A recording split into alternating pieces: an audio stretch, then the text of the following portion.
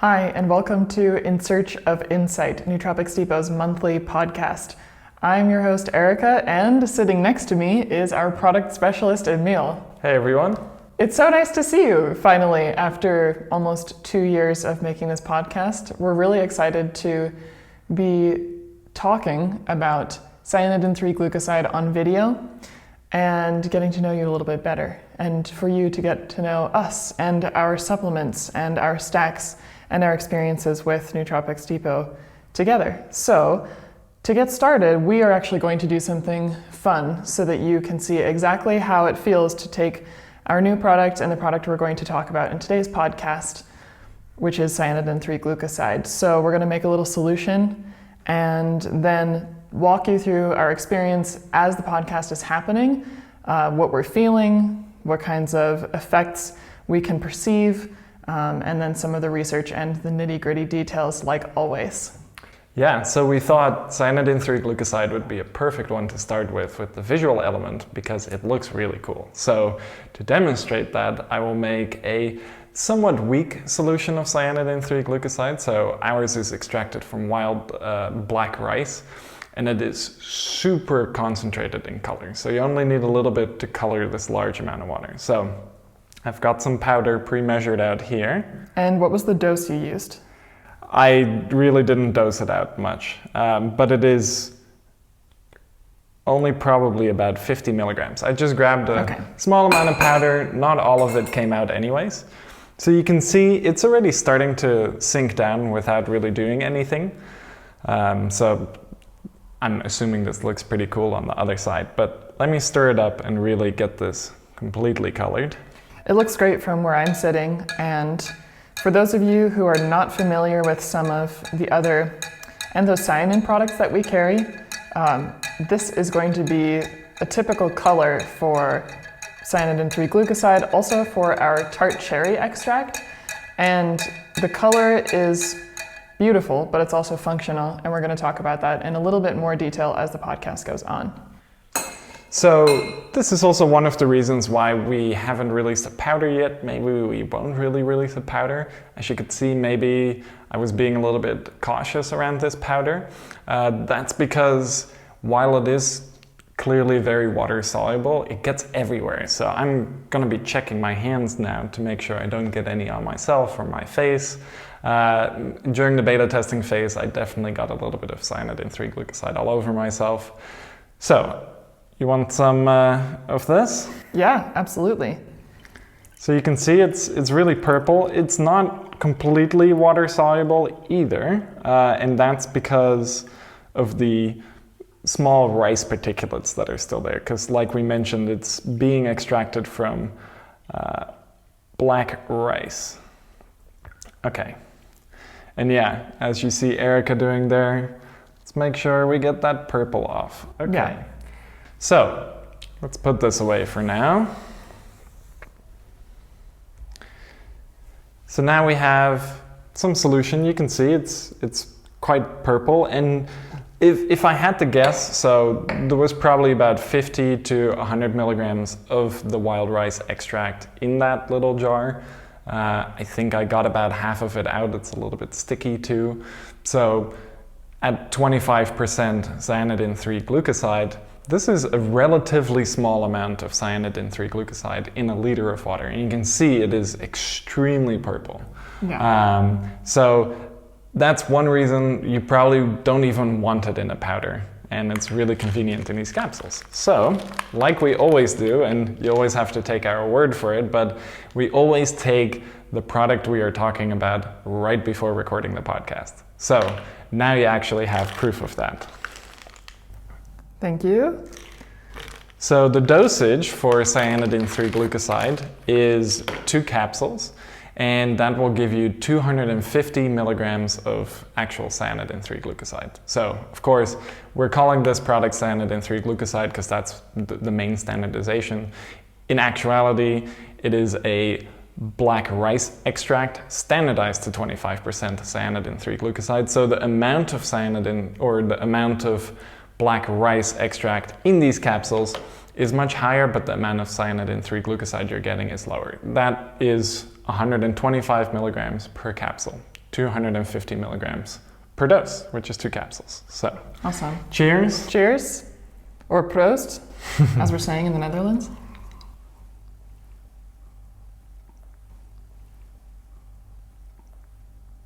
So as the podcast progresses now, maybe you will see us change visually a little bit. We're not going to turn purple. Hopefully not.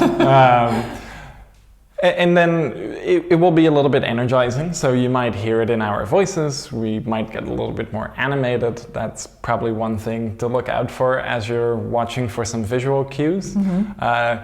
Good thing to note, I already did take a dose of Cyanidin 3-Glucoside earlier this morning. So in the bodybuilding world, there was a company that was marketing Cyanidin 3-Glucoside about 10 years ago, I think they started.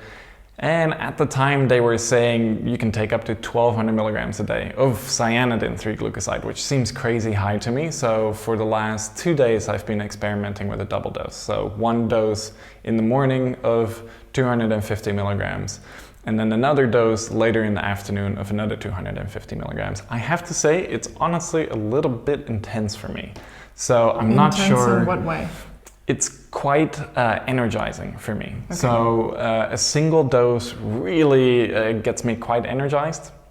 And then, yeah, that second dose, it just kind of puts it over the top. So for me, I'm not sure if I will continue with double dosing, but it's something interesting to explore if that's what you're into, if you really want to maximize those effects on nutrient partitioning, which we'll get in later. But for now, I think we should take a look at our new products that we released, right? Yeah, absolutely. So we're going to talk to you about 3 new products that we came out with in the past month since our last podcast episode has been released. And the first one we're going to talk about is L-Citrulline. Yeah. So last month we released L-Arginine, and then this month we're releasing the counterpart, L-Citrulline. So when we take L-Arginine, or just L-Arginine in general in the body, it is important for making nitric oxide. So that's one of the main reasons we're interested in L-Arginine and L-Citrulline. So L-Arginine is the real main player here, but we'll get to why L-Citrulline is important. But when we take L-Arginine or just L-Arginine in our body, it interacts with these enzymes called the nitric oxide synthase enzymes. So those nitric oxide synthase enzymes, they take the L-Arginine, and there's a nitrogen group on there. It rips the nitrogen group off and it binds it to oxygen. Now we have nitric oxide. So this is being facilitated by that nitric oxide synthase enzyme. When that happens, we actually end up with L-Citrulline. So L-Citrulline chemically is exactly the same as L-Arginine, except it is missing that nitrogen. Now the interesting thing about that is that through the urea cycle, L-Citrulline is turned back into L-Arginine, and then it can do the reaction again. The problem with L-Arginine and the benefit with L-Arginine is that L-Arginine, when you consume it, there's another enzyme floating around called Arginase, and Arginase can deactivate some of this L-Arginine before it can interact with nitric oxide synthase enzymes. On the other hand, when you take L-Arginine orally, you do immediately have available L-Arginine to be turned into nitric oxide. So by taking L-Arginine, you can spike your levels of nitric oxide a little bit quicker and potentially a little bit higher very quickly, which can have some benefits for a pre-workout. But if you take L-Citrulline, it bypasses this Arginase enzyme.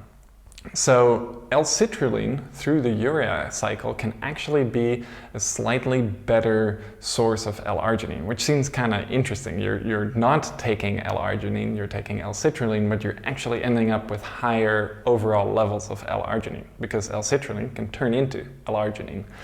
And when this happens, the L-Citrulline slowly converts to L-Arginine. So this has 2 benefits, or a couple of benefits, and a disadvantage. One of the disadvantages is that it takes a little bit longer. So if you're taking L-Citrulline for working out, a lot of people take these nitric oxide boosters because they want more muscle pump. Basically, if you're doing bicep curls, the more blood that's flowing into your bicep, the more it will feel like it's almost tearing apart a little bit. They call that the pump. So these nitric oxide boosters are known as pump supplements. And so L-citrulline, since it does take a little while to elevate those nitric oxide levels, better to take it like an hour before exercise. L-arginine you can take a little bit closer to exercise, and that's probably why for some people L-arginine works better, but for most people the L-citrulline is going to work a little bit better because it produces more prolonged nitric oxide boosting effects. The L-citrulline, or the increase in L-arginine, is much longer and more significant overall.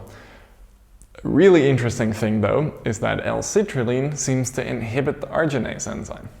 So if you take L-citrulline together with L-arginine, then you are actually protecting the L-arginine from degradation by arginase. So our recommendation would be, if you don't have L-citrulline or L-arginine yet and you are looking at getting either one, maybe get both and take both at the same time. And there is actually some research on this. When you take both L-citrulline and L-arginine at the same time, because of that synergistic effect, you have a much quicker increase in overall nitric oxide levels, which can be great before a workout, and via the L-citrulline, you have more prolonged levels of nitric oxide, which can be good for overall cardiovascular function. And of course, it's good for libido, especially for men. I'm sure you know what I'm talking about. We won't get into that all too much here, but that's a really interesting use for this. So in the past, like when we've talked about horny goat weed is a phosphodiesterase 5 inhibitor, PDE5. What PDE5 does, it actually degrades another compound called cGMP. Now, nitric oxide actually stimulates the synthesis of cGMP, and cGMP is what eventually leads to the vasodilatory effect of nitric oxide. When you take a PDE5 inhibitor, you make sure more of that cGMP stays around. So for those of you familiar with one of the more famous PDE5 inhibitors, that's how that works. And if you are then supplying more nitric oxide, PDE5 inhibitors would work better, but just general blood flow would work better too. So they're really interesting for just general blood flow, libido, and just working out and stuff like that. So if you're someone who is looking to really optimize your workout stack or your pre-workout stack or your recovery workout stack, this could be a really interesting product for you. And also an interesting product to try out if you have also purchased and tried our L-arginine supplement, because I think having two sides of the coin, we use that analogy a lot when we're talking about supplements, but in this case it is kind of two sides of the coin of this process that's happening in our bodies, is a really interesting way to combine the supplements to get the most out of them, to optimize them, basically. Absolutely, yeah. In my opinion, it's always better to take a more comprehensive approach to hit the system from a couple of different angles, and I think with L-arginine and L-citrulline, you're really pulling that off nicely. Very cool. And in terms of the perceptible effects or the onset, do you have experience taking the L-citrulline recently? Have you tried it before going for a bike ride or going outside? So I haven't tried it out recently. I do have a sample on the way to me, so I can try it out again. In college, though, I used a lot of L-citrulline and L-arginine, mostly in pre-workout formulations when I was going to the gym. Obviously, I'm not going to the gym that much anymore. Back in the day in college, when I had 2 hours a day, I would be going to the gym a lot, and I was really into the Pumping Iron movie at the time. And Arnold Schwarzenegger is talking about the pump and how it's better than sex or whatever, all of these really grand things he's saying. It's a bit of a silly movie in that sense, but the pump is quite interesting. So when I have taken it in the past, I noticed that I feel a little bit warmer when it kicks in, and then when I'm exercising, I definitely noticed that the muscle group that I was targeting was getting a little bit more blood flow, and that would result in more of this like tight feeling in my muscles, which feels nice and is kind of a nice motivating thing. It also may enhance endurance. You know, the research is not super solid on that. In my experience, it does seem to enhance my endurance a little bit. The one thing I really like about blood flow enhancers, though, especially in the winter, is they just make me feel warmer. When I'm taking a blood flow enhancer, I feel warmer. I think my circulation is good, but it can always use a little bit of a boost. That's probably also why, if you're drinking a lot of alcohol, especially in the winter, sometimes you have this stupid idea to go outside in a t-shirt. But alcohol also has a major vasodilatory effect and kind of makes you feel warm because of that. So I think if you're someone who gets easily cold, like maybe your extremities get cold, your tips get cold, your toes get cold, stuff like that, then taking L-citrulline or L-arginine is also interesting for that more perceptible effect. Okay, really cool. That makes me a little bit more motivated to try out L-citrulline because I have perpetually cold feet. Yeah. So that makes me really curious. And while I can't say that I'm typically searching for this pump feeling when I exercise, I do actually notice this kind of increased blood flow when you're exercising. You start to feel more energy rather than feeling tired once you're really warmed up in the groove of what you're doing. And I can imagine that having something that enhances that feeling even more is motivating in a psychological way, but also in a physical way for your muscles themselves. Absolutely. Yeah, it's more of that. I've talked to a few people about this. You know, when we talk about things that have a neurological effect, if there is stuff happening in your body too, it can almost be like your body is giving cues to your brain and it's kind of enhancing those effects. So, for example, you see beta-alanine in a lot of pre-workouts at doses where it gives you this effect called paresthesia. Your skin starts to tingle. When you combine that with a stimulant, it actually kind of feels like the stimulant nature of the product is making you tingle, and that, in my experience, kind of increases the stimulating effect. Even though it's not increasing the stimulating effect, there's just now something happening in your peripheral system. So with some of these blood flow enhancers making you feel warm, they might actually stack really well with something like lemon balm. Lemon balm gives you this nice, relaxed, warm feeling, a little bit more blood flow, extra warm, that can maybe relax you even more. So I was thinking to stack it with Maca as well. Maca would be great. That has a really strong effect for me when it comes to kind of cold resistance. Yeah, and of course for men looking for that blood flow enhancing effect to penile tissue, Maca would be good. For women too, of course. So Maca and L-citrulline could be stacked together for those purposes too. Really cool. So now you have some ideas of what to stack L-citrulline with and some of its main benefits. So I think it's time to move on to our next new product that we have released, which is Siberian Euluthero. And this is a really interesting product, and it sometimes goes by other names, but we're going to tell you a little bit more about it. So what's the main benefits profile from Siberian Euluthero? So Siberian Euluthero is very frequently wrongly referred to as Siberian ginseng. I think that does give you a little bit of information already about what Siberian Euluthero is going to do.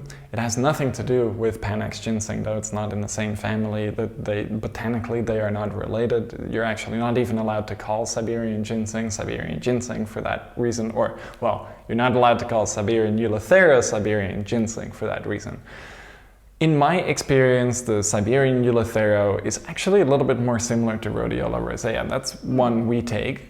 So Siberian Euluthero in general is an energizing adaptogen, where Rhodiola rosea I think has a little bit more mood boosting, so like some of those energizing effects are more in your brain. With Siberian Euluthero, those effects are a little bit more in your body. So for physical exercise, this is a really interesting one because it has some good fatigue mitigating effects. So if you're getting physically fatigued during a run or something like that, taking something like Siberian Euluthero, maybe especially with L-citrulline and L-arginine, could really help enhance your endurance and lower fatigue.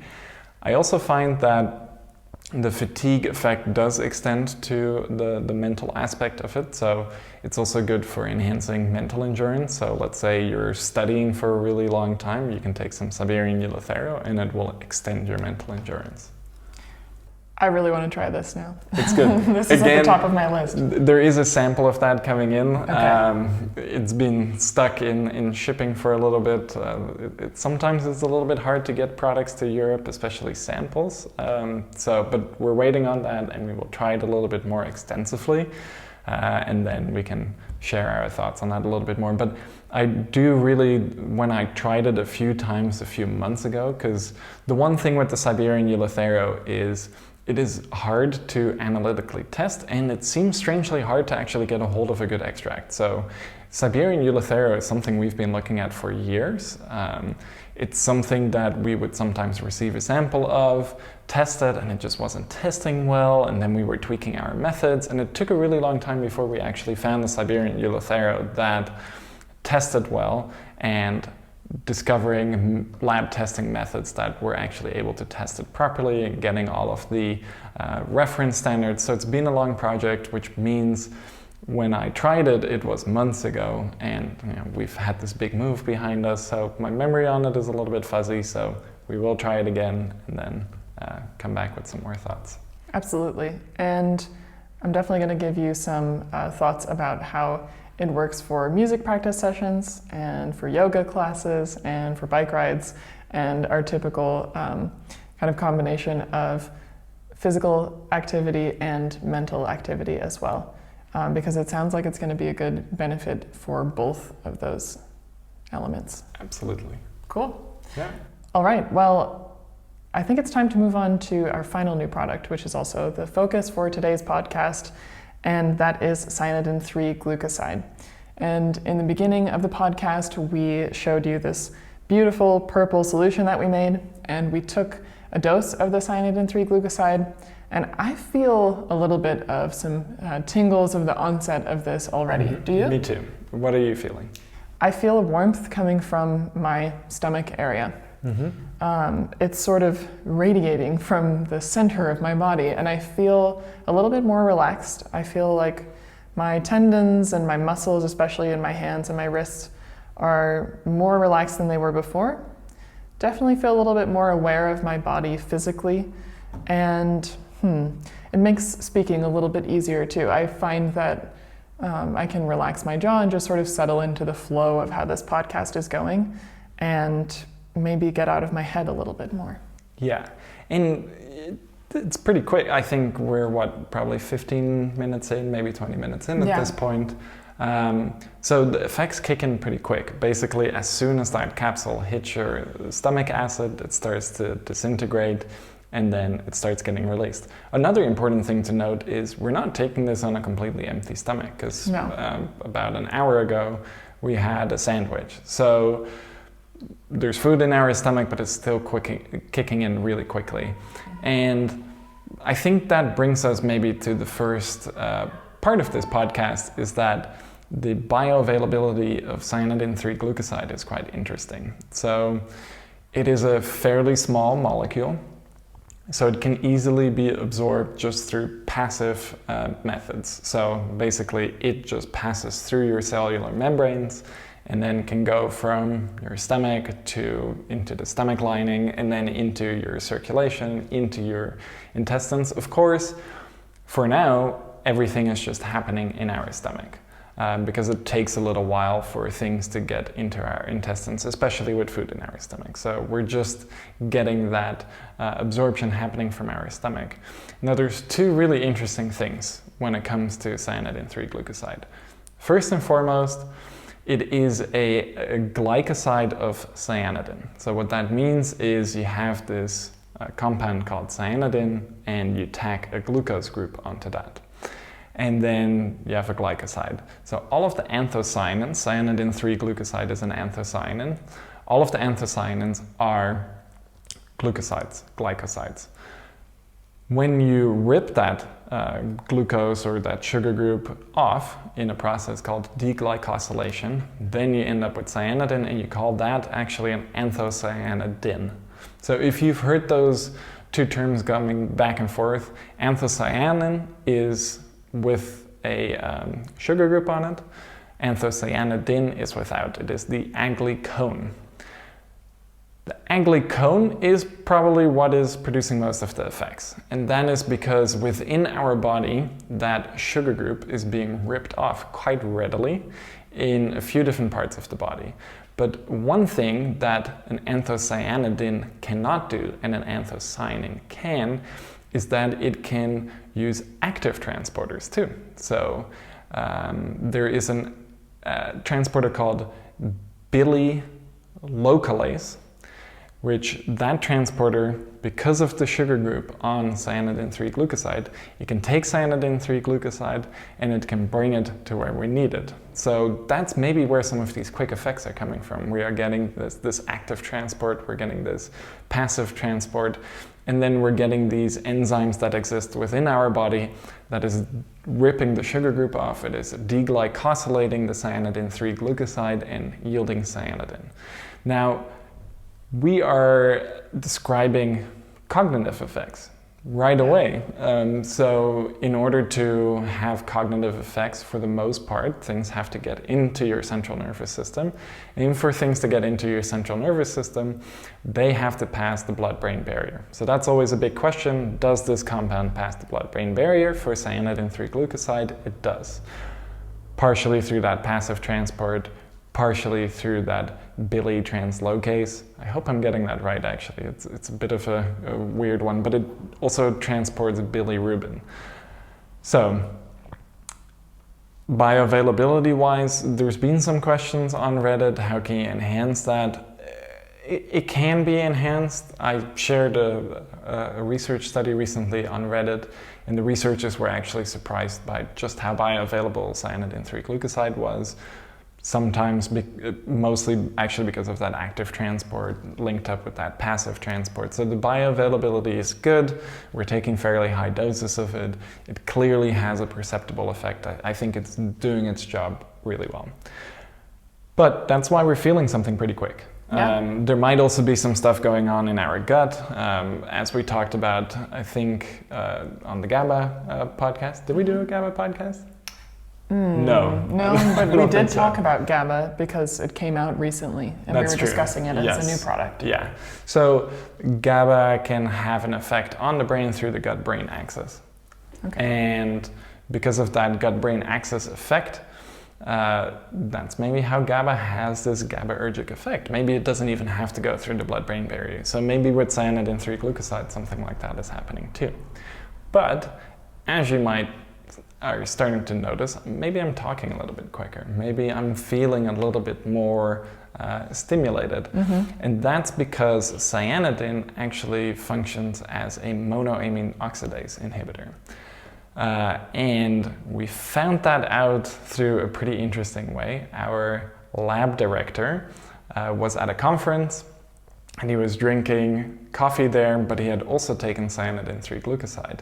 And normally, he doesn't really respond to anything, and he was saying, man, this Cyanidin 3-Glucoside is really energizing. Like, it's almost making me feel a little bit jittery. And we were trying to figure it out because this hadn't happened to him before. So, turns out, because of the caffeine he consumed with the monoamine oxidase inhibitor effects of Cyanidin 3-Glucoside, they potentiate each other. And we thought it would be fun to actually brew up some coffee right now so you can see this effect maybe increase a little bit more. We are chronic coffee drinkers. Yeah. Multiple times a day. Yeah. So coffee energizes us, but it's not anything crazy. I have noticed that with Cyanidin 3-Glucoside in my body. So for example, this morning I took Cyanidin 3-Glucoside and then had coffee. That coffee felt a lot stronger. So let's put that to the test. Yeah. With a little bit of editing magic, we will be back in a second with a pour-over brewing setup, and we will walk you through that. Yeah, and I'm ready to enjoy a cup of coffee. Me too. Let's get rid of this weird stuff. Here's another reason you don't really want this as a powder. As you can see on Erika's glass, it is sticking a little bit, and that's, of course, this is not pure Cyanidin 3-Glucoside. It is a black rice extract, so there are some starches in there still. That's going to be sticking. It's not necessarily going to dissolve all too well. This powder that you used, is this just from a single capsule? No, it's actually a sample I had of the pure powder. Oh, so it's not actually the fillers in the capsules that is producing this. Actually, let me see if we even have. Hey, there's actually no fillers in this. So we actually tried to get a slightly higher dose of Cyanidin 3-Glucoside in these capsules, but that wasn't working. So I believe we ended up getting in about 650 milligrams per capsule. Okay. But this was made from just a pure powder. Pure powder, yeah. And it's certainly a beautiful color, really strong, but it actually doesn't taste like a whole lot either. No, it doesn't taste like anything. You know, even with tart cherry, so we will touch on this in a second, but tart cherry also contains cyanidin 3-glucoside, but mostly it contains another cyanidin glycoside, and that one is called cyanidin 3-rutinoside. So that's just a different type of sugar linked onto it. And the two kind of taste similar. Like when you think tart cherry, you might think, hey, that's going to taste like tart and cherry-like, and it doesn't. It just kind of tastes like nothing. Yeah, if anything, it tastes slightly pleasant. Yeah, So. And this, to be honest, it tastes slightly pleasant too, but it really does taste a little bit like rice. Yeah, you know like how that. Rice can be like a little bit floral, but it can also be like a little bit almost roasted tasting. Yeah, that's what I'm tasting here. Yeah. So it's not unpleasant, to be honest. No, it's not at all. It's pleasant, but it certainly doesn't beat a cup of coffee. So let's get to our brew setup, and we'll be back in just a moment.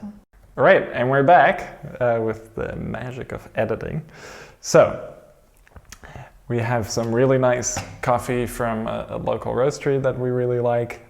This is a Kenyan coffee. We really like Kenyan coffees. They are a little bit more mellow in effect, so I think that will go well with the already boosting nature of the cyanidin 3-glucoside with caffeine. So got some freshly ground here. Got 30 grams for the two of us.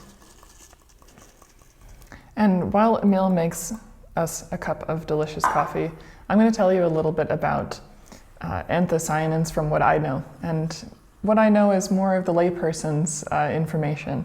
But anthocyanins, I think, are really fascinating because they are present in a lot of the foods that I really love. It's what gives cyanidin 3-glucoside its really, really dark purple color. You mean cabbage? Red cabbage? Oh yeah, red cabbage for sure. Red wine, blueberries, purple yams, strawberries, cherries, black rice. Yeah, blackberries. Like basically red wine. I think you already mentioned red wine. Yeah. But basically anything that looks purple in nature is going to contain anthocyanins. I'm not sure if the coffee cherry contains anthocyanins, but I wouldn't be surprised with its red color. Yeah, absolutely. And something that I find really cool about this is it's easy for us to identify then what kind of foods or food products that we are consuming on more of a daily basis that actually contain anthocyanins and some of these antioxidant type of properties. And that's one of my favorite things about this product in particular is that there's this color indicating some of the effects that it has, and I find that that's helpful when I'm taking my daily stack to just think about what each element of my stack is actually doing for me, and it acts as sort of a natural reminder. Yeah, that's an interesting way to look at it.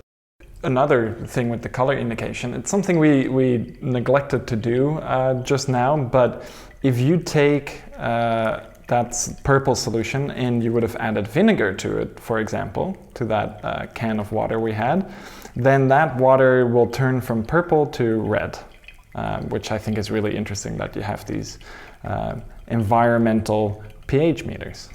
So when you add vinegar to the water, it's going to change the pH, and that changes the color from purple to red.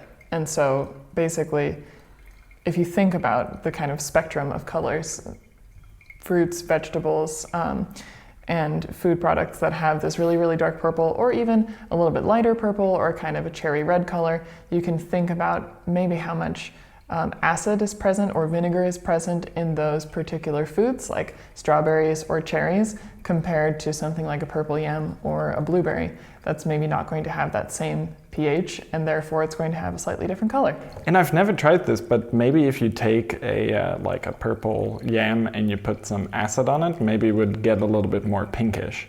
So I do know, like if you take a red onion and you slice it up and then you pickle that red onion, it turns bright pink. Yeah, it's because there's the red anthocyanins. It's a little bit more purple, but it turns more pink. Or a recent example, we were eating a watermelon daikon radish, which it has these beautiful purple streaks in it, but then if you put some lemon juice on it, the purple streaks actually turn light pink. Yes. And that's another example of the same exact reaction that we're talking about when it comes to the pH changes with anthocyanins. So yeah, in terms of just visual appeal and fun, the anthocyanins are really interesting. So if you do have the C3G and you want to try this at home, then you can try breaking open a capsule, putting it in some water, or just, you only need a little bit. So actually, if we made that solution a little bit less concentrated, like I just washed off the container it was in, and then you can see it's much more vibrantly like a violet purple. So definitely a large range of colors.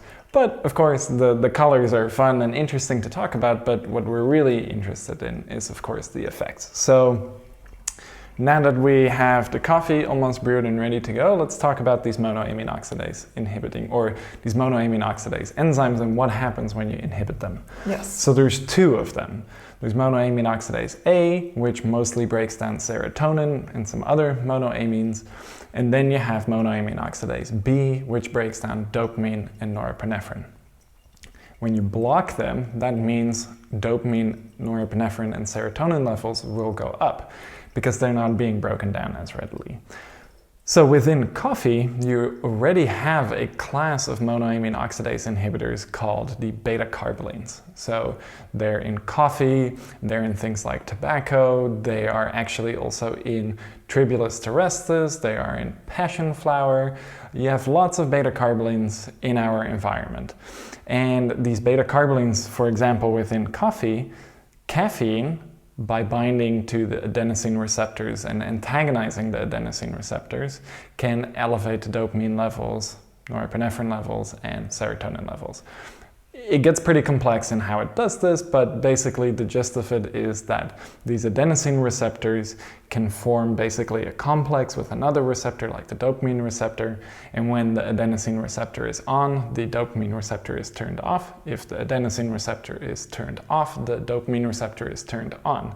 And throughout the day, we build up more and more adenosine. So adenosine is, of course, a metabolite of ATP. So as we're burning through ATP, we get this adenosine. The adenosine starts blocking all of these monoamine neurotransmitter systems. We get sleepy and we fall asleep. With caffeine, we are kind of doing the opposite. We are blocking it. We are getting in the way of that natural process, and we get more dopamine, we get more norepinephrine, more serotonin, and that keeps us awake, especially when you combine it with a monoamine oxidase inhibitor. So, C3G with already some monoamine oxidase inhibitors in here, this will produce a really powerful effect, actually. So be careful with it if you are caffeine naive. If, however, you are a caffeine consumer like us and you want to boost the effects of your caffeine, this is a great way to do it. So let me serve up some coffee. I just realized I don't have a stir stick to stir this up, so let's just do it with the back of this guy. I'm excited to drink this cup of coffee because I'm already feeling more and more of a mood boost from the Cyanidin 3-Glucoside. Me too. As time goes on, I feel like I'm a little bit looser, I'm a little bit more relaxed, and I think this coffee is going to really take it to the next level. So I'm looking forward to that. And hopefully it won't be overstimulating for you, but we'll see. Yeah, sometimes depending on the day, depending on my mood, having a lot of stimulating supplements at once can be a little bit much. But I feel good. The sky has cleared, the clouds have gone away, and we're about to enjoy this cup of coffee. And I think it'll be all right. I think so too. So, all right. Hopefully those slurping sounds aren't annoying. I can imagine they're probably not all too pleasant, so we'll try to keep that down to a minimum. Okay, so now we've got a cup of coffee. We can place this guy off to the side and focus on Cyanidin 3-Glucoside again. Yeah. So, the monoamine oxidase inhibiting effects are only a small portion of the mood boosting effects. And we will get to probably what a lot of you are interested in for Cyanidin 3-Glucoside, which is the nutrient partitioning effects. But I do want to focus a little bit more on the cognition side of things, because Cyanidin 3-Glucoside is really famous for its nutrient partitioning, bodybuilding recomposition, body recomposition effects. But it is not well known for the cognitive effects, and I think that's a shame. One, the monoamine oxidase inhibitor effects are really nice. That produces a really nice mood boosting effect. But something that is actually also related to the muscle building effects of Cyanidin 3-Glucoside is really interesting. So, when a lot of you are probably familiar with brain-derived neurotrophic factor, which is BDNF. And BDNF is one of those things that enhances neuroplasticity. It does this by activating the TRKB receptor, and this starts a big signaling cascade, and that signaling cascade results in new neurons being born, basically, new connections being made, existing connections being strengthened. And this is a really famous target within the world of nootropics. We're constantly looking at ways in which we can elevate BDNF, ways in which we can maybe even mimic BDNF. So for example, the flavonoid 7,8-DHF, it mimics BDNF at the TRKB receptor and can produce neuroplasticity, which can elevate mood, it can enhance cognitive function, memory, it can be very neuroprotective. So that's interesting. But what I recently found out is that when BDNF activates the TRKB receptor and it starts the process of neuroplasticity, it recruits another messaging system called PGC1 alpha. And PGC1 alpha is something that Cyanidin 3-Glucoside significantly upregulates. And this is also how it produces some of its muscle building effects. But the interesting thing is that PGC1 alpha stimulates mitochondrial biogenesis. So mitochondrial biogenesis is this process by which new mitochondria are basically born, generated, and that means we can have more ATP, we can have more cellular energy, better cellular function. It's really good overall. But if you think about it, when you create a new neuron, they need these mitochondria. So clearly, mitochondrial biogenesis is very intimately involved with the process of neuroplasticity. And more specifically, BDNF increases the expression and levels of PGC1 alpha. And if you block PGC1 alpha, the neuroplastic effects of BDNF are significantly reduced. So, that brings us to Cyanidin 3-Glucoside, which elevates PGC1 alpha. So it will work together with BDNF to enhance neuroplasticity.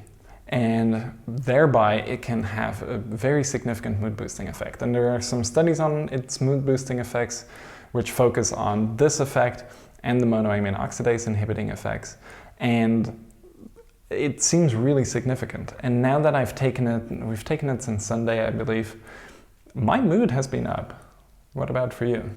Yeah, my mood has been steadily increasing over the week, for sure. I didn't really know why or how to attribute it because I've been a little bit busier than normal, and so I've been taking my supplements more as a part of my routine rather than really mindfully. But I can tell a difference, absolutely. Mm-hmm. And one thing I really notice, and this is something I noticed one of the first times I took some nootropics and it really worked. So I think back in the day I was experimenting with ginkgo when I was a little bit younger, but then once I got into college I got a little bit more serious about supplements. And I remember at one point I started taking a stack of Alcar and ashwagandha, so acetyl L-carnitine and ashwagandha. And one of the first effects that I noticed is that my field of vision seemed to get bigger. And the first time I took Cyanidin 3-Glucoside, my field of vision got bigger, and I had this kind of flashback to the old school days of nootropics. And I remember this is something I was really seeking out at the time. Things that would kind of make my vision bigger, like I could take in more sensory information. It almost seemed like maybe my hand-eye coordination was better, my verbal fluency was up, that kind of thing. I think I later learned there's a lot of mechanisms at play here. One of them is also enhanced cerebral blood flow. So cerebral blood flow enhancers, ginkgo later also kind of produced this effect. And I was talking to my dad about this recently when I first tried the Cyanidin 3-Glucoside, and he said, oh yeah, I've also had that effect. So Not from Cyanidin 3-Glucoside, he hasn't tried that yet. Maybe I'll get him to try that. But he actually noticed it from ashwagandha too. So that's an interesting thing to note, this kind of, I'm not sure exactly where it comes from. It's probably a lot of different things working together, but Cyanidin 3-Glucoside really has that old school nootropic feeling to me.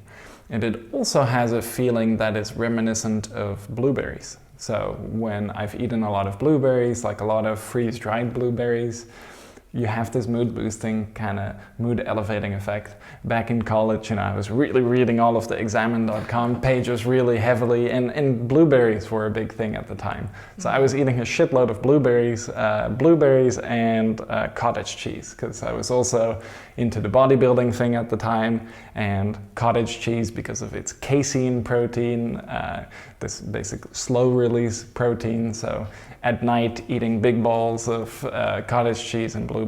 Very tasty, but I also found that the blueberries had a bit of a mood-boosting nootropic effect. And I'm noticing that here, that similar kind of blueberry effect, but much more elevated. And blueberries are quite high in Cyanidin 3-Glucoside. And like Erika was saying earlier, a lot of different foods are high in Cyanidin 3-Glucoside. So we consume it through our diet anyways. And if we consider that a lot of these foods also contain a lot of the vitamins and minerals we need, and there's this theory that at one point, when we were primates, we didn't have color vision. You can actually see it. I think there are still primates around that don't have very good color vision. But higher primates, they have color vision. And one thing, if you can imagine, if you're walking through a forest and it's all black and white, if you see a bush full of very brightly colored berries or cherries in a tree or tropical red fruits or something like that, you would miss them, right? Because they would just blend in with the rest of the black and white. Yeah. Now, all of a sudden you develop color vision, and what do you see? Bright, red, colorful berries. Everywhere. Yeah. And that's going to attract your attention. If you see something that's popping out of your environment that much, we're going to eat them. So it seems that maybe in some of our evolution, we started to eat a lot of these berries, which are higher in glucose and they're higher in energy, and our brains are very energy demanding. So our brain goes through a lot of glucose. So the more you can feed your brain, the better your brain works. The more you can grow your brain, the more specialized you can make your brain. So obviously, a better diet contributed quite significantly to our evolution, our brain development, all of that. But one thing that's missed, of course, is that you're also taking something that is a source of cyanidin and other anthocyanins that might have this neuroplasticity inducing effect, that might have this monoamine boosting effect, that has this I can't say that word, this oxidation regulating effect, this inflammation regulating effect within the brain. It's neuroprotective. It can really kind of prime your brain to be as optimal as possible.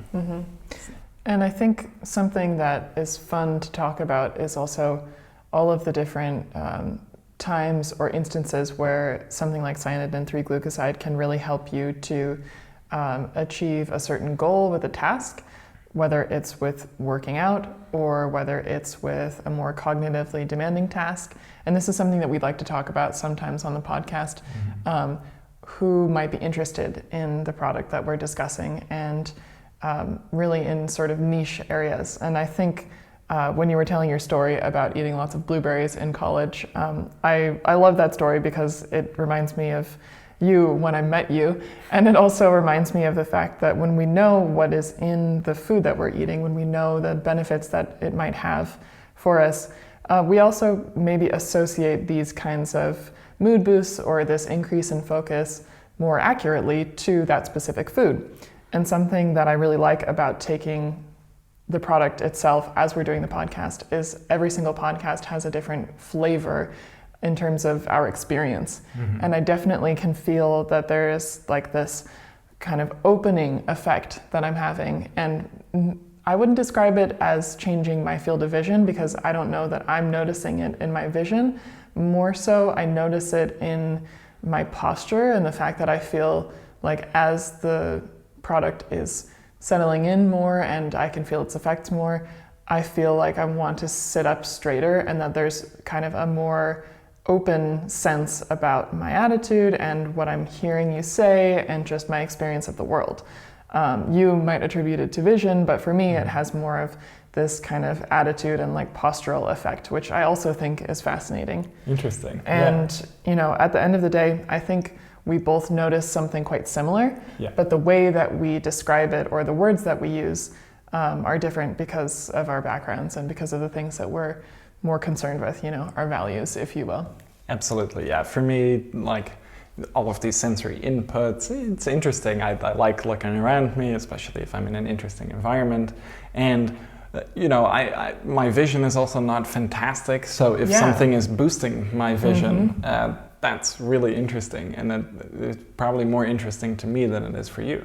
You know, maybe this is how you normally see the world, but because my vision isn't great and I wear glasses and stuff like that, then maybe if I take something like this and it enhances my visual capacity, that really stands out to me. For sure. And my dad has the same visual impairment, so the fact that he's also noticing it, maybe that's, you know, if we're talking about neuroplasticity, if my eyes aren't working super great, then my brain isn't going to maybe put a lot of resources in there and more connections, whereas someone who maybe has much better eyesight or has always worn glasses, maybe that person, their brain is differently adapted to be more focused on the sensory visual aspect. So that's a whole other discussion, of course, but it is interesting that for both of us, Cyanidin 3-Glucoside really has a pronounced nootropic effect, I think. And this was something that really surprised me. When we first started looking into it, no one was talking about this. And the first time I tried it, that's the main thing I noticed. And the first time I tried it, we actually went for a bike ride, and you didn't try it, and I was just flying. And I looked behind me, and Erika she wasn't anywhere to be seen, struggling, basically. And you were struggling, and I was flying. And I think that's something I've started to notice with Cyanidin 3-Glucoside more and more. You know, we've had a really busy period. I haven't really felt the motivation to exercise a lot, but the last couple of days, I have so much physical energy. Every hour or so while I'm working, I'm just doing a few push-ups or a few crunches just to burn off some extra physical energy. Like, it is really physically energizing. I feel like the food I'm eating is indeed more readily being turned into usable energy, which I think brings us to one of the most important aspects of Cyanidin 3-Glucoside. We definitely need to talk about this because this is probably one of the most well-known effects of Cyanidin 3-Glucoside, and it's something that we were discussing a little bit this morning at breakfast. Emiel asked me if I feel more hungry now that I've been taking Cyanidin 3-Glucoside just throughout the day. And while I can't say that I feel more hungry because I honestly feel hungry all the time, I do think that I've been even more hungry than I normally am. And to get to the actual effect that we want to discuss with this, Emiel, tell us a little bit about the kind of bodybuilding holy grail effect that Cyanidin 3-Glucoside has. Yeah, so when it first entered the scene, it was seen as this concept called nutrient partitioning. So basically, when we eat a meal, a lot of different things can happen with it. You can take that nutrition from the food you eat and you can channel it to your muscles, store it as glycogen, and kind of promote the processes like muscle protein synthesis, all of that, like processes that are happening in your muscles to make your muscles bigger and stronger and more adapted to exercise. Or some of those excess calories can be stored as fat. So fat is really important. You know, we I think as a society we really hate fat because frankly a lot of us eat way too much, and we are in general maybe a little bit on the larger side these days. And that's not great, but fat is really important for storing energy.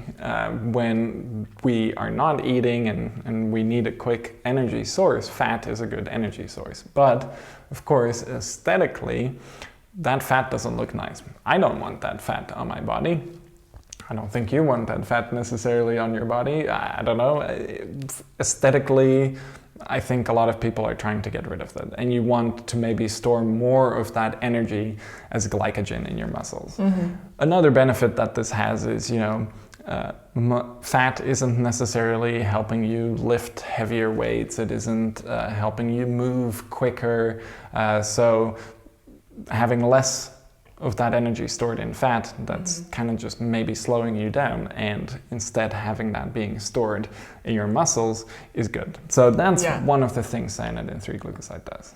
Having more energy resources in your muscles makes sense to me. That's something that you would want because you can walk faster or easier, you can lift things easier, you get less tired, and basically your muscles can help you function in ways that you want to and do and experience the things that you want to in life. And while fat can keep you warm and has good, benefits for just being an energy resource, maybe it doesn't actually have anything to do with the motivating, the motion, the actual flow of your everyday life when it comes to getting things done, exercising, enjoying, just sort of moving through life in a literal way.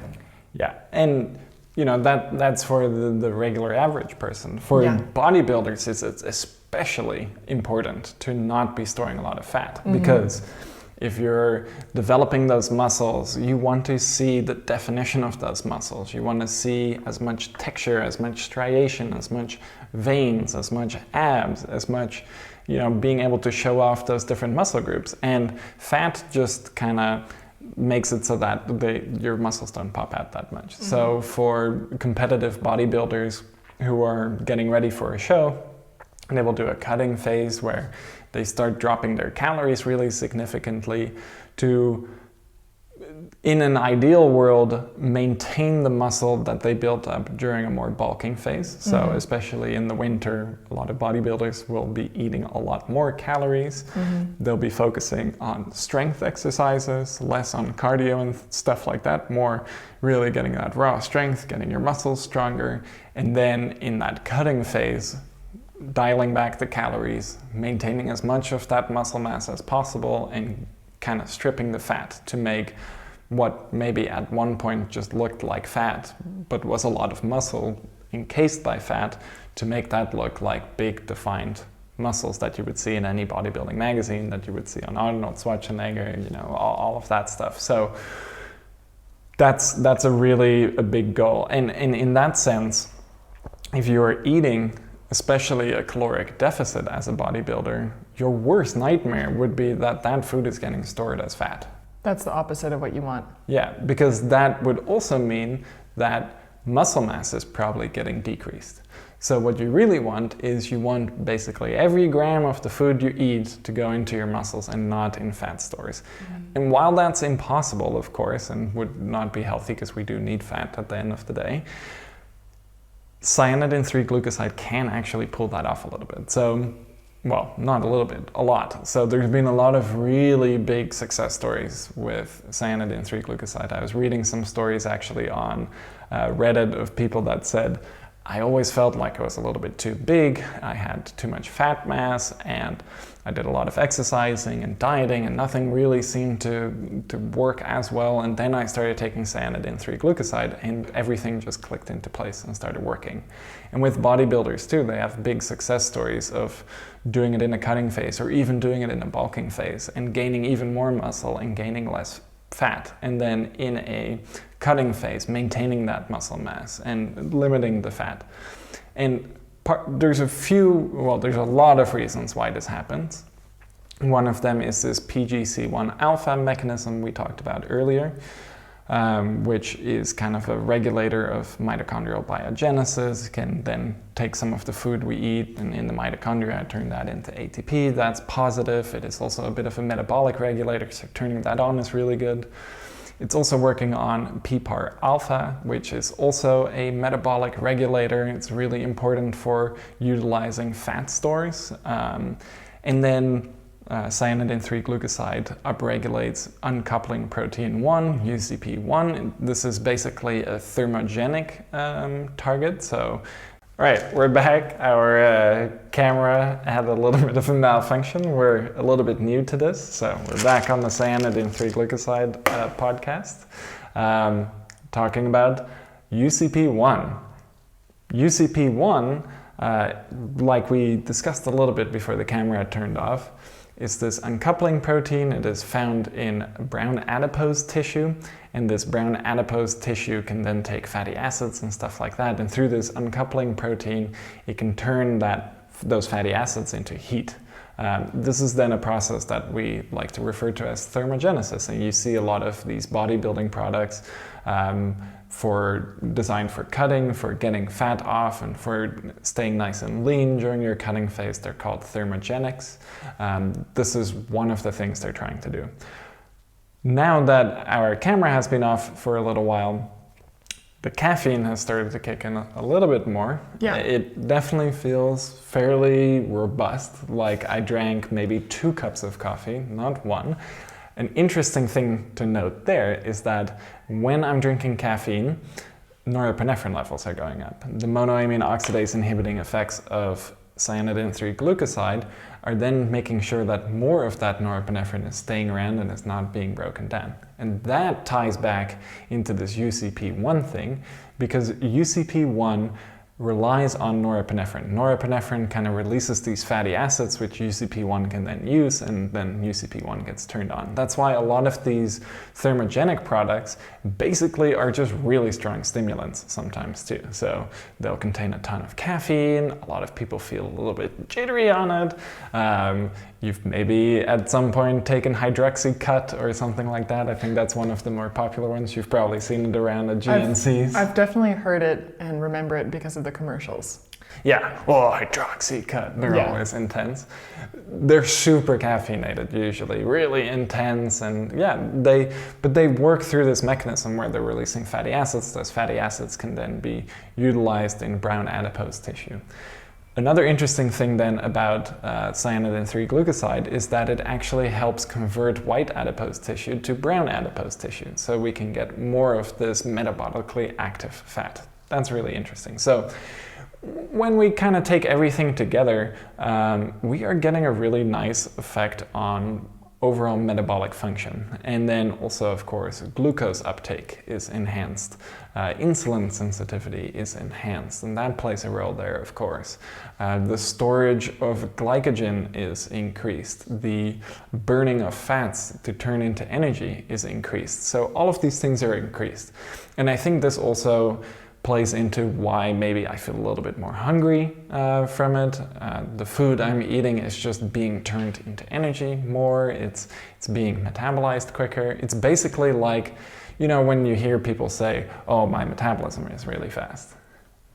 This basically turns you into one of those people who will be going around saying, well, my metabolism is really fast. I can eat like 3,000 calories a day and not gain any weight. I'm one of those people, by the way. I'm one of those people who actually, I feel like I have a really fast metabolism. I think I do because we eat a similar amount, and I oftentimes don't notice a huge difference in terms of gaining weight or fat. Mm-hmm.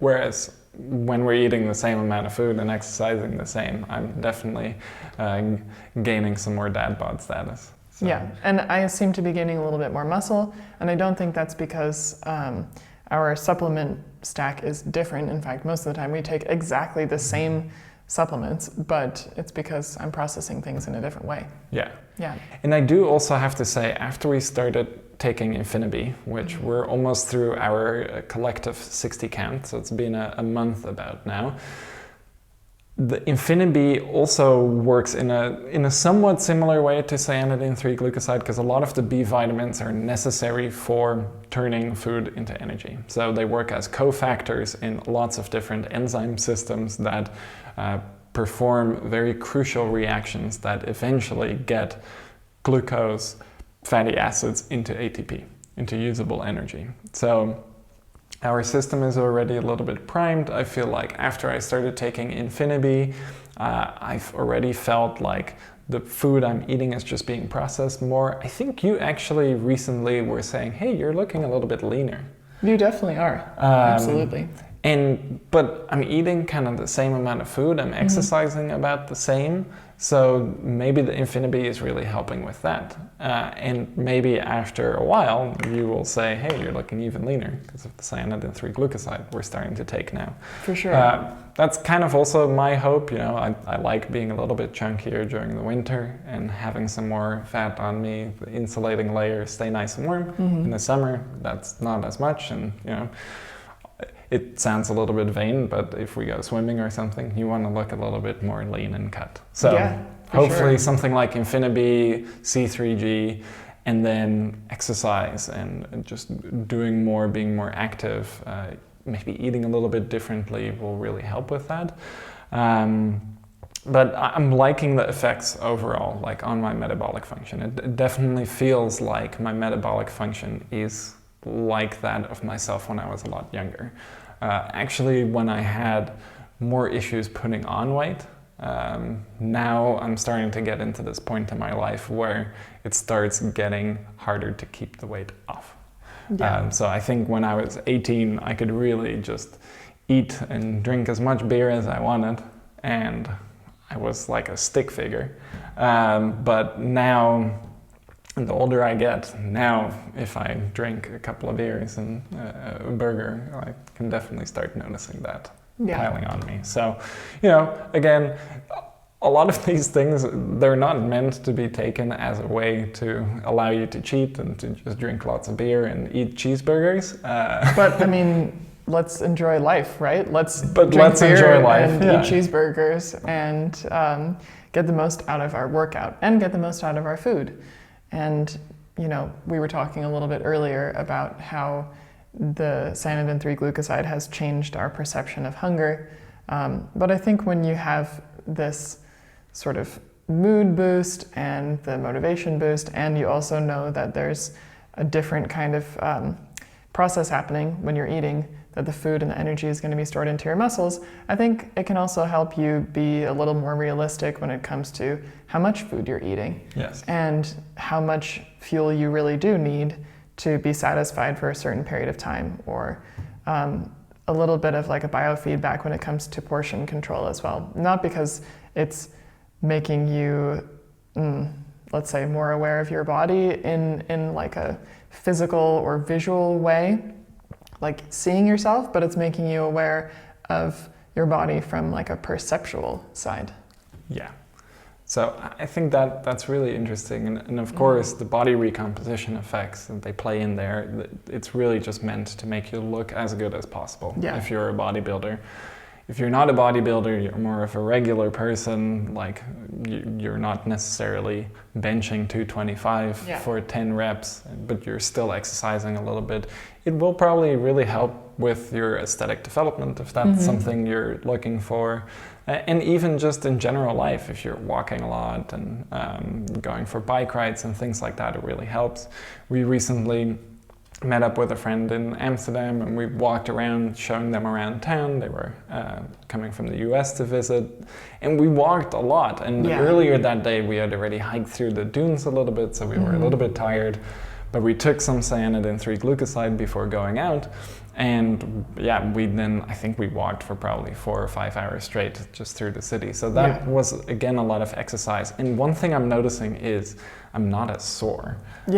So usually if I'm doing that much physical exercise, on Saturday I biked 70 kilometers, and then on Sunday we went for a really long walk, and then on Monday we went for a really long walk, and then on Tuesday I obsessively started doing push-ups throughout work.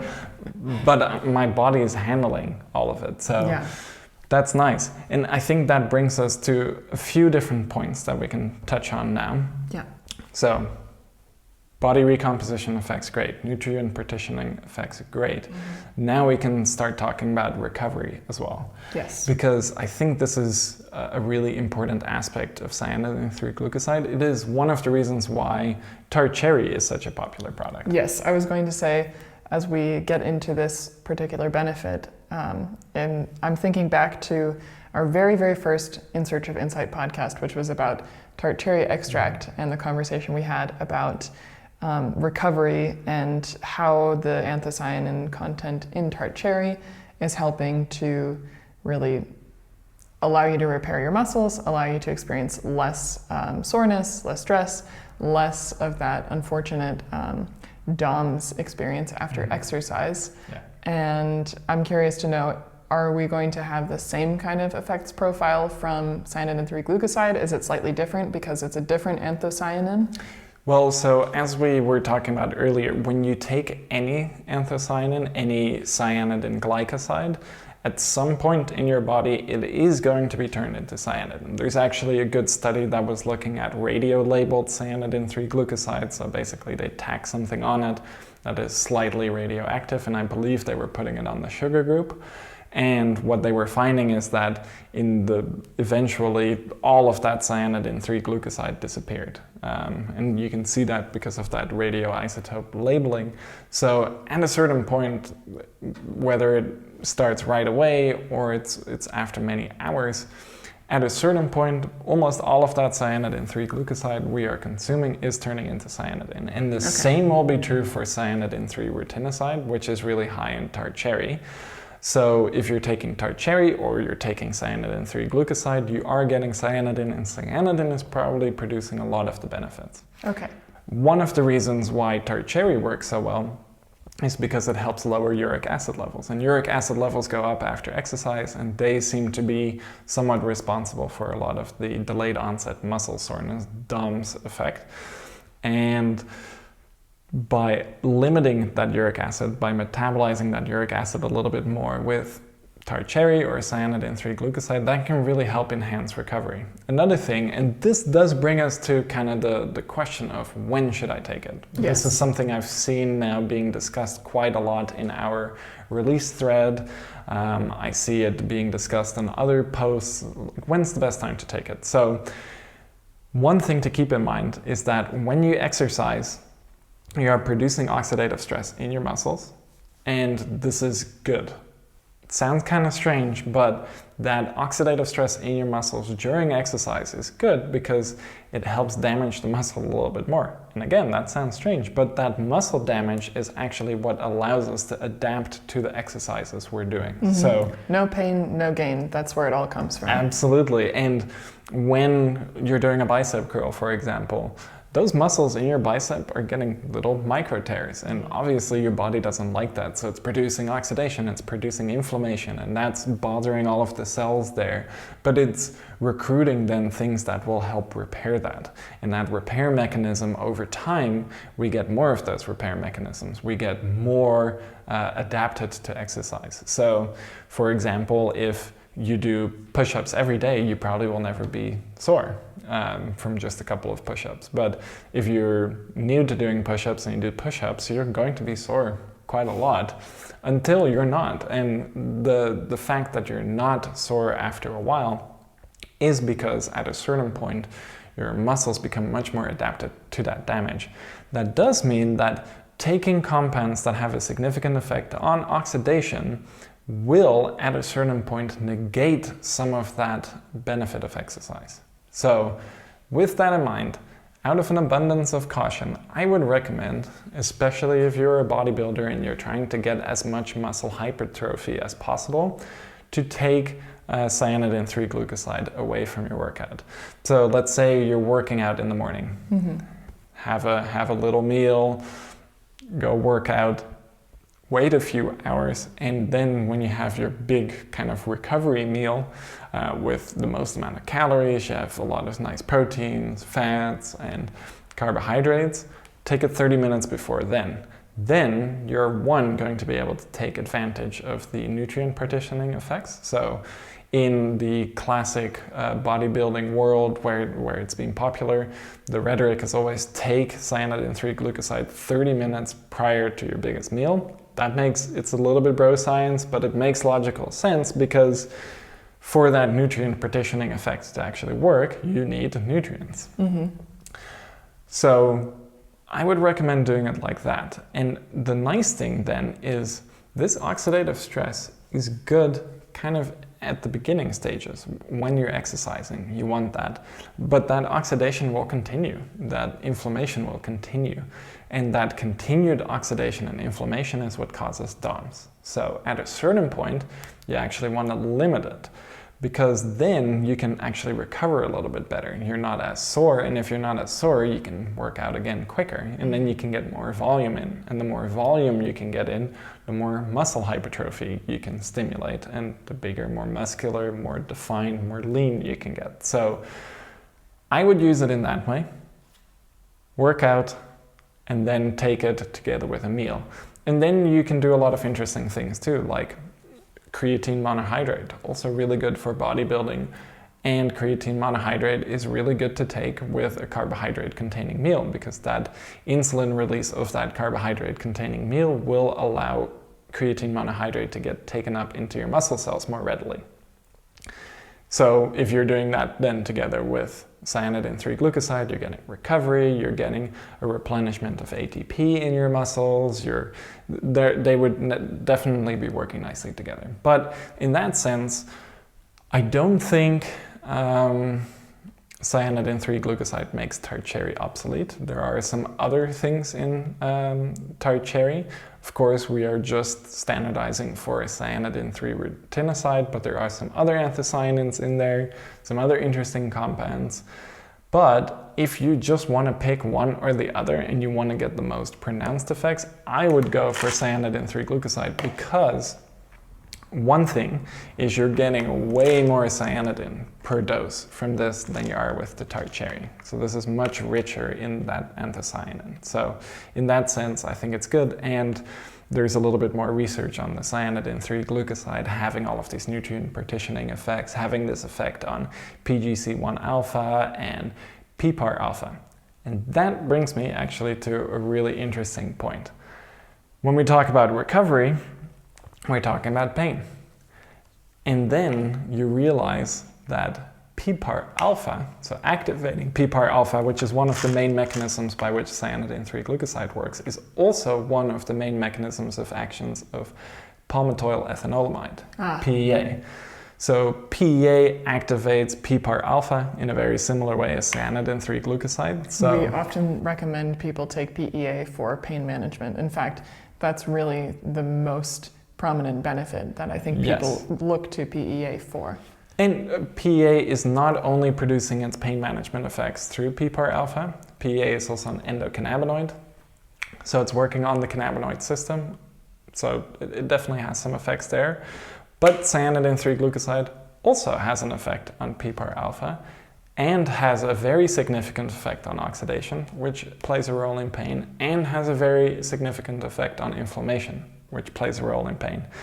And I was noticing some upper back and neck pain, and it was really resulting in some headaches over time too. And when I went on this really long bike ride on Saturday, I was borrowing a bicycle that was a little bit too small for me. So I was a little bit cramped on my bicycle, and that kind of made things a little bit worse. So on Sunday and Monday, I was having some issues. We started taking it on Sunday. On Monday, I started to feel it fade, and I believe on Tuesday you asked me, how's your neck and back doing? And I was thinking, hey, yeah, I actually haven't had any issues with my neck or back. Normally, when I'm having such tight muscles, it takes a lot longer to resolve, even with stretching and exercise and stuff like that. So I do think Cyanidin 3-Glucoside is also really interesting for those looking for a pain management supplement. And of course that comes in handy if you are working out a lot and you want to get the most out of your workouts and recover quicker. Absolutely.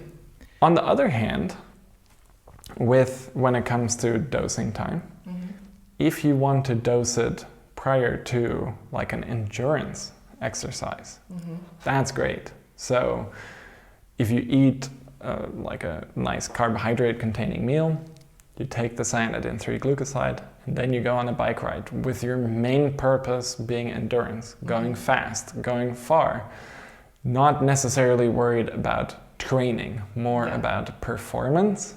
For performance, absolutely take C3G before exercise. This is will something benefit you. We talked about a lot in the Tart Cherry podcast, the very first one, talking about Tart Cherry as a good tool for people doing really, really intense performance-based exercise, like running a marathon or maybe doing some kind of race, or let's say you are working on an endurance session for your workout. And I haven't tried it myself yet, but I am curious now at this point. That podcast was 2 years ago, and at the time, some of these concepts didn't feel so concrete, or I hadn't experienced them for myself. But now at this point, I think it would be really fun and interesting to try to push myself to the limit in terms of how much can I really handle in terms of like a bike ride after taking Cyanidin 3-Glucoside and, you know, a really carb-heavy meal, just to see how far it actually helps you push. So, and it will, like in my experience, it really helped there with that bike ride. When you didn't take it and I did take it, I was clearly performing better than you. And we are pretty much matched in terms of ability. And Erika was on a much better bicycle than I was. So I was on our crap bicycle. Erika was on the nicely optimized road bike. So I had everything going against me, and I was excelling. Yeah, and you were really confused as to why I was biking so slow. And I was frustrated by the fact that I was biking so slow. But then I had this moment where I realized, oh, we didn't take our supplements. That just popped into my head, and then I thought, it's definitely because we didn't take our supplements yet. That's really the main reason why I'm struggling. Because not only do our supplements help me to overcome a lot of the mental obstacles that get in the way of performance, but they're definitely having an effect on my physical performance, absolutely. So for endurance, do that.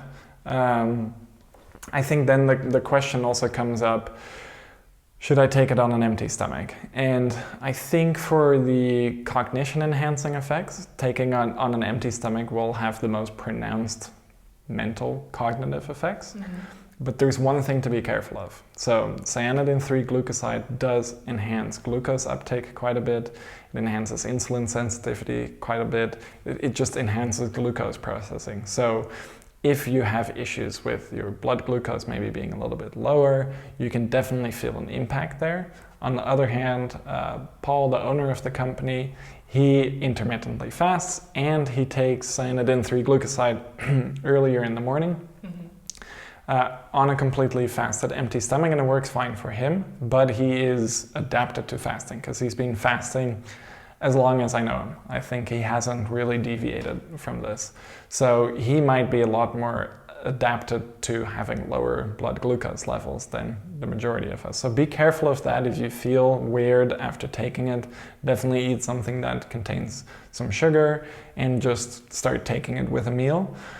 Another thing that has come up is, if I am doing a keto diet, does it still work? Because a lot of these effects obviously are dependent on glucose. Yes, it will work because Cyanidin 3-Glucoside even seems to upregulate the process of ketogenesis. So it will probably actually be very beneficial for people who are on a keto diet and will help them get the most out of their nutrients. That's really good to know. It's funny that you're talking about this right now because I'm starting to feel a little bit tired. And I don't know if it's because we've been recording the podcast for some time or because the coffee has really settled in and that stimulation effect has sort of gone over the edge of like energizing into the range of super, super chill, like laser beam focus. But I'm starting to feel hungry and I'm starting to feel a little bit tired. And I wonder if there's kind of a slingshot or sort of a reactive like downswing from the Cyanidin 3-Glucoside that I'm experiencing now. Maybe it's attributed to something else. Yeah, so I think for you, when you get a little bit overstimulated, you actually get a little bit more tired. I'm definitely feeling really laser focused, quite a bit of energy. I could definitely rip this mic off now and go for a run. That's kind of what I want to do. Also, when we do this podcast, it is quite cognitively demanding to keep engaged with each other, to keep engaged with all of you, and especially now that we have video here, we actually have to present ourselves a little bit more nicely. You know, normally we're kicking back on the couch with a big glass of whiskey. No, just kidding. Not at all. But now it's a little bit more, we have to be a little bit more engaged. So I think that, like, keeping your posture good, and yeah, I think that definitely takes a bit of energy. Yeah. But I do think that throughout this podcast, my brain has stayed more clear. Usually at the end of a podcast, I've talked about so much stuff and pulled so much stuff from my memory that I started getting a little bit of this mental fog coming over me. And after the podcast, I'm definitely a little bit tired. With this, the Cyanidin 3-Glucoside and the coffee, I'm not feeling that, and I'm feeling very mentally clear still. Like I feel like I could maybe even do another hour and a half, which I assure you we will not put you through. But normally I don't feel that way. So I think just mental endurance-wise, that's nice. One thing definitely, I am feeling more hungry. Yeah. Like I could eat something now that Cyanidin 3-Glucoside is really kicking in. The meal we had earlier is, it's not fully metabolized yet, but it's getting there. A lot more of it has become digested. So definitely the hunger is there. Now you see it live on camera. Yeah. You've basically seen us go the last, there's been a break here and there. It's been about 2 hours, 2.5 hours maybe since we started. Yeah. So within 2.5 hours, these are kind of the effects you can experience. So within 15 minutes, we kind of start feeling it kick in. Then I feel like at about an hour, I could feel it the most. Yeah, me too. And then we added a cup of coffee, which obviously the caffeine in the coffee, it takes a little while to enter your system. And once that kicked in, and you might notice it kind of in my mannerisms, maybe I'm starting to move around a little bit more because I have more physical energy, but that definitely kicked it up a bit. At this point in time, you're moving less than you were maybe 45 minutes ago. Okay. So, maybe in a sense it has calmed me down, because sometimes stimulating things can also kind of make me take things a little bit down, feel more in control. So that's nice. And it just has a really nice mood boosting effect. Again, keep in mind that for me, this is the second dose of the day. Okay. And it is a little bit intense for me with 2 doses, and I do feel a little bit tired. I'm not feeling that now, but I think in a few hours, this second dose of Cyanidin 3-Glucoside will make me crash a little bit. So I will try it for a couple more days to see if that changes, but I do think in general, I'm going to just stick to 250 milligrams a day. That does kind of bring us to the question of dosing. Back in the day, it was being dosed all the way up to 1200 milligrams, I guess. So you kind of take it with every meal, I think, and you then take it pre-workout. I do think when we were talking about the adaptation to exercise and oxidation and stuff like that, the one thing to keep in mind is Cyanidin 3-Glucoside is also doing so much for muscle growth, so much for mental focus, so much for endurance, that you might actually get a lot of benefits from taking it pre-workout. I don't think that needs to be like the golden rule we all follow, but I think if you really want to maximize every drop of performance, then maybe it is better to just take it at a different time, take it post-workout. But I do think we've covered a lot. So we covered the cognitive effects, which I think are really interesting, especially the monoamine oxidase effects. But you can find that in some other products. So I think the really standout effect here is the effect C3G has on inducing PGC1 alpha, with that then being one of the things BDNF requires for neuroplasticity, for that mitochondrial biogenesis. I think that's really interesting. And is that also the mechanism that's helping with the nutrient repartitioning as well? That's also one of the things that's helping with the nutrient repartitioning, in addition to PPAR alpha, which is then similar to PEA, having a pain modulating effect. So that's really interesting. One thing I actually forget to mention, let's spend a little bit of time still talking about the oxidation regulating effects, because I think that's one thing where Cyanidin 3-Glucoside really shines. So obviously we have oxidation happening in our brain, and that can have a negative effect on overall brain health, nerve health, stuff like that. So Cyanidin 3-Glucoside is definitely quite neuroprotective through its oxidation regulating effects. Specifically, Cyanidin 3-Glucoside also upregulates and triggers or induces NRF2. And for those of you who are familiar with sulforaphane is one of those compounds from broccoli. It's been talked about a whole lot, and one of the big mechanisms of actions for sulforaphane is that it induces NRF2. So this kind of pulls off a similar thing as sulforaphane. Okay. And that NRF2 effect has a really nice oxidation regulating effect, good effect on metabolic function, stuff like that. And especially in the brain, so it has a neuroprotective effect there. Inducing PPAR alpha and activating PPAR alpha also has a neuroprotective effect. And then Cyanidin 3-Glucoside is also really good at regulating neuroinflammation, which neuroinflammation is also really bad for overall cognitive function, brain health. So having that neuroinflammation mitigating effect there is also really nice. So I think if I really had to sum it up, Cyanidin 3-Glucoside obviously is a really good nutrient partitioning agent. It is very good for bodybuilding, for body recomposition, but it is equally, if not even a little bit more skilled at enhancing cognitive function, at enhancing mood, and at protecting our brain. That then also kind of brings us to one other thing we find this in, which is wine. And I think a lot of people associate red wine consumption with better overall health. Of course, that's questionable because you're also consuming a lot of ethanol, so that's then also not good if you're drinking a lot of wine. But it's good for you to drink red wine in general. It's just good for your life. It's good for your enjoyment of life. It is good for enjoyment. And for that reason, I think it's good for your health. And a little bit is fine. Yeah. A glass here and there, that's something that's oftentimes recommended. But one thing, we talk about wine, we talk about resveratrol sometimes.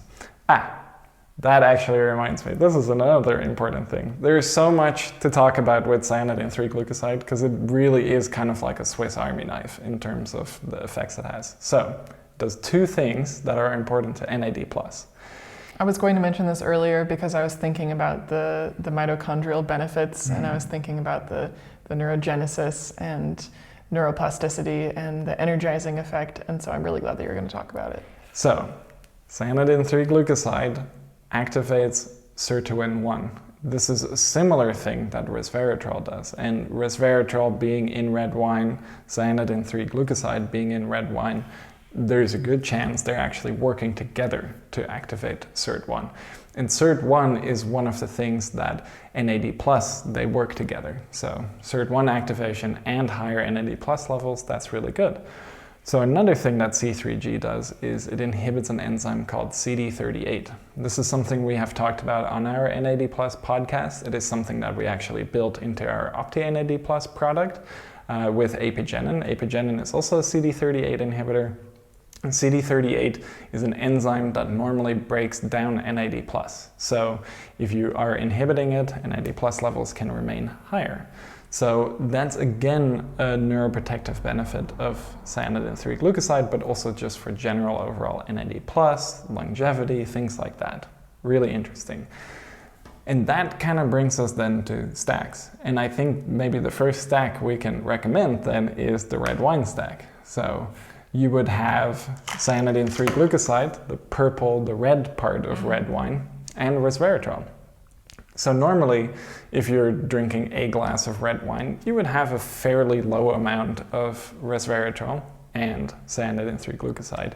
Here, you're now getting extremely high concentrations of Cyanidin 3-Glucoside and resveratrol. So those purported benefits are then going to be much higher. And you won't be consuming ethanol. And you won't be consuming ethanol. Yeah. I do think one thing we oftentimes forget about when it comes to alcoholic beverages is that they are products of yeast fermentation. And yeasts have very good benefits on immune function, on gut function and things like that. So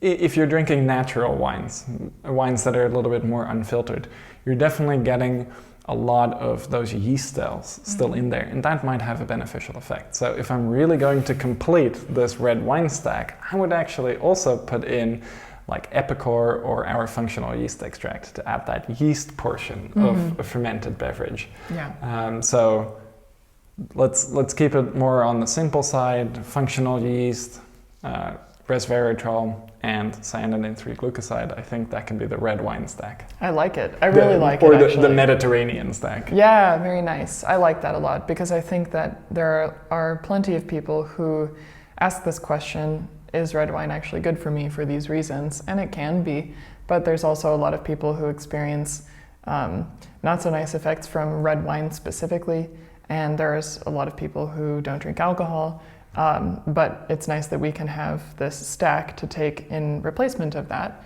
And the active compounds are much, much higher in concentration also. So we can actually feel the benefits of it way more than if you were drinking bottles of red wine. Yes, which not recommended. I take resveratrol. So I've actually been taking resveratrol and cyanidin 3-glucoside together. And I'm not sure, I've been on resveratrol for such a long time now. I'm not sure how they actually stack together, but I'm not getting any weird effects. And the effects of cyanidin 3-glucoside are hitting really well. So maybe that has something to do with it. Yeah, so especially if you are interested in NAD+ enhancement, the longevity thing, cyanidin 3-glucoside with resveratrol and then maybe that yeast extract, I think is a really interesting option. For sure. I think we should talk about a stack for recovery because that's another really important function for cyanidin 3-glucoside in a daily stack regimen. Yes. So if we were to have cyanidin 3-glucoside as our main recovery product, we're going to push tart cherry to the side for the time being. Yes. Then you could also stack them together, by the way. Yeah, you could do that, but it might be a little bit redundant, perhaps. Yes, I think so too.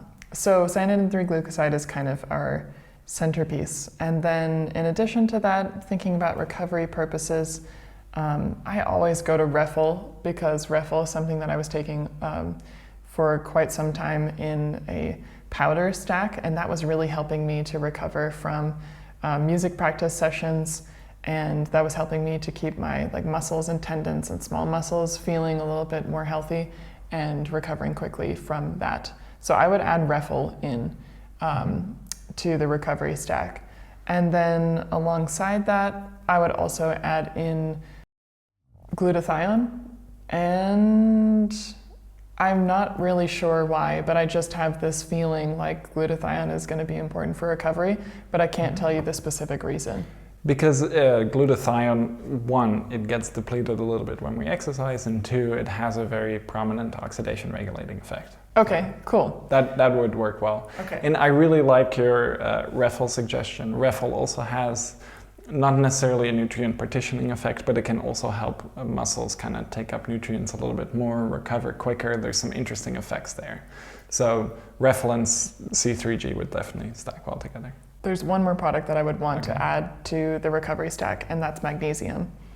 Because I feel like, based on our magnesium podcast that we did together, magnesium is really important for every single function in our bodies. Yes. And if you're going to be doing a really hard workout and you want to recover fully and kind of hit all of your sort of basics for that, magnesium is going to be a really important thing to re-up on, to replenish after a workout. So cyanidin 3-glucoside, magnesium, glutathione, and Refel would be my suggestion for a good recovery stack. I think that's a great stack. I'll take it in a different direction then. So,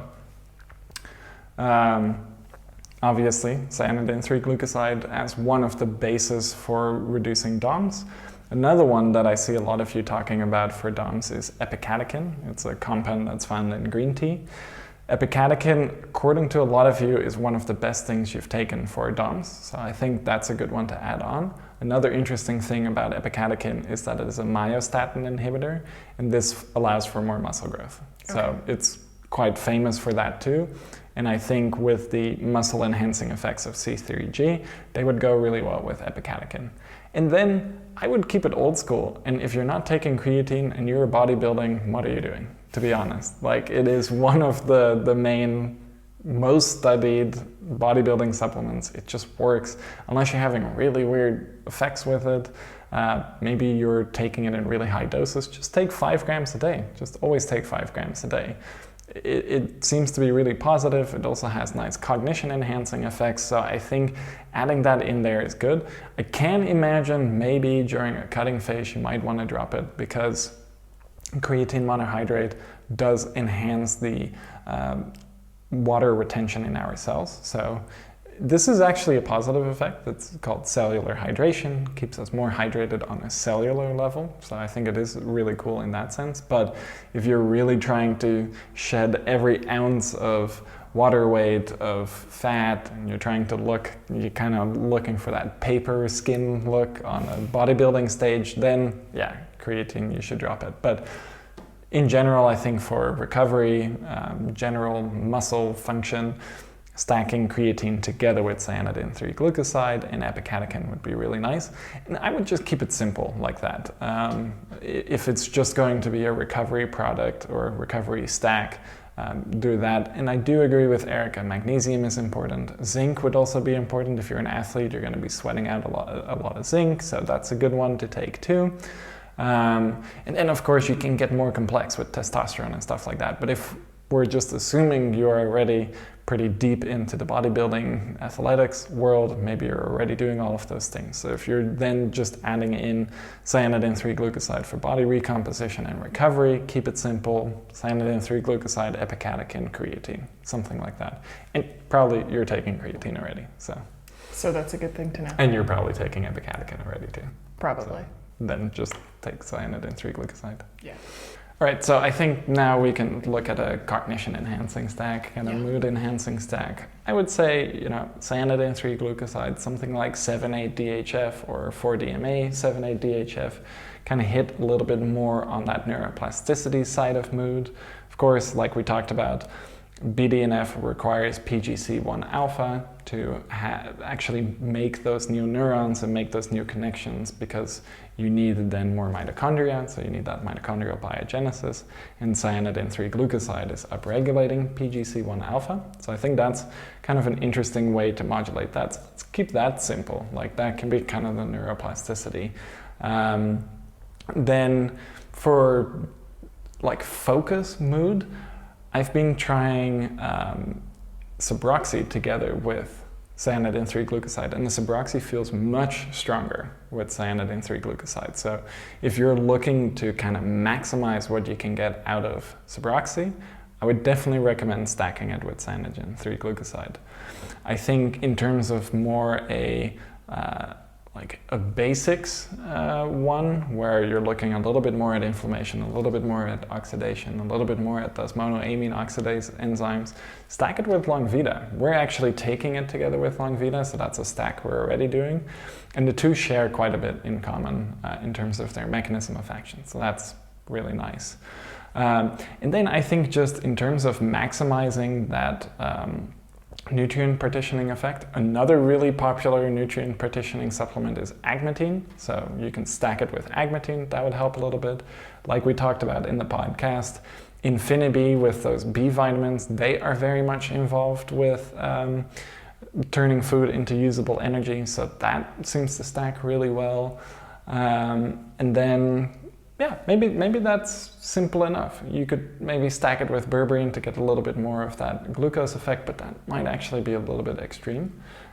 So maybe keeping it simple there. What other stacks can you think of? Maybe a blood flow stack. Yeah, I think that would be important. So a blood flow stack, like we were talking about earlier. You could start with Cyanidin 3-Glucoside and then add in horny goatweed. Yeah, for that PDE5 inhibitor effect. Mm-hmm. And then you can add in L-citrulline and L-arginine.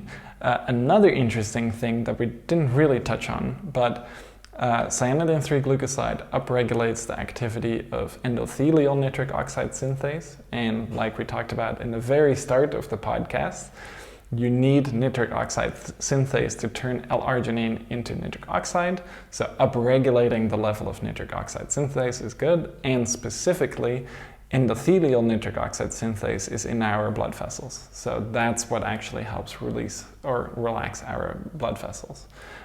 So I think that's really interesting, stacking it together with L-citrulline, L-arginine, and L-citrulline and L-arginine can also be degraded, especially nitric oxide, by oxidation, so having that oxidation regulating effect is good.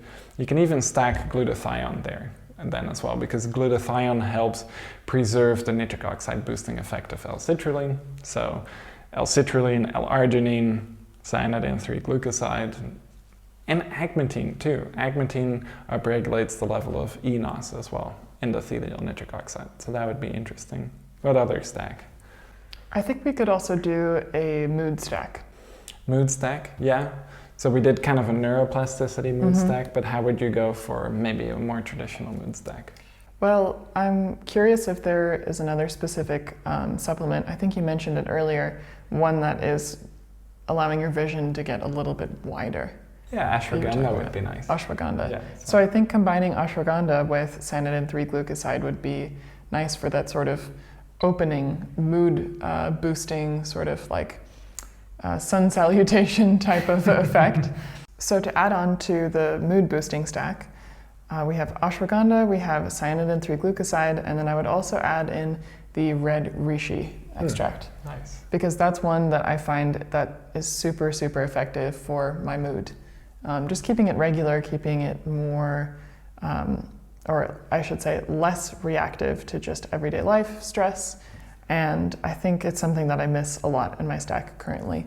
So with the addition of this and feeling like I'm a little bit more aware of what's going on around me and more aware of my body, I would want to add in the red reishi because that's one that I know helps my mood in a general relaxation way. And I'll take it then in a more hormone-based mood booster, Cistange, Cyanidin 3-Glucoside, and pregnenolone. I think that together makes for a really nice, energizing, uplifting, but also calming mood stack, which you can then get a little bit more of those benefits with the hormones. And of course, let's have one last stack and wrap this podcast up. Cyanidin 3-Glucoside, Tongkat Ali, Cistange, pregnenolone, all of those kind of testosterone, muscle enhancing boosters, they're all going to stack wonderfully together. So definitely keep that in mind. If you're trying to get the most out of your workouts, Cyanidin 3-Glucoside can be at the forefront together with other allies like Tongkat Ali, Cistange, etc. But with that, this is probably plenty long. I think so. We've given you lots of stack ideas. We've talked about really a whole spectrum of benefits from Cyanidin 3-Glucoside, and we've also talked to you a little bit about our experiences with it just from the podcast today, but also over the last couple of days. And I think it's a really interesting supplement to add in, even if you're not a bodybuilder, even if you are not someone who is super concerned with the fitness benefits. I do think that it can help just in terms of everyday life, getting more out of the food and the fuel that you take in that way. Thank you so much again every single month for listening to the In Search of Insight podcast. There's lots more information in the description of the YouTube video. Let us know your feedback on the video, and we're very excited to see you next month for another episode. Bye-bye. See you next time, and we hope you liked the video. Yeah.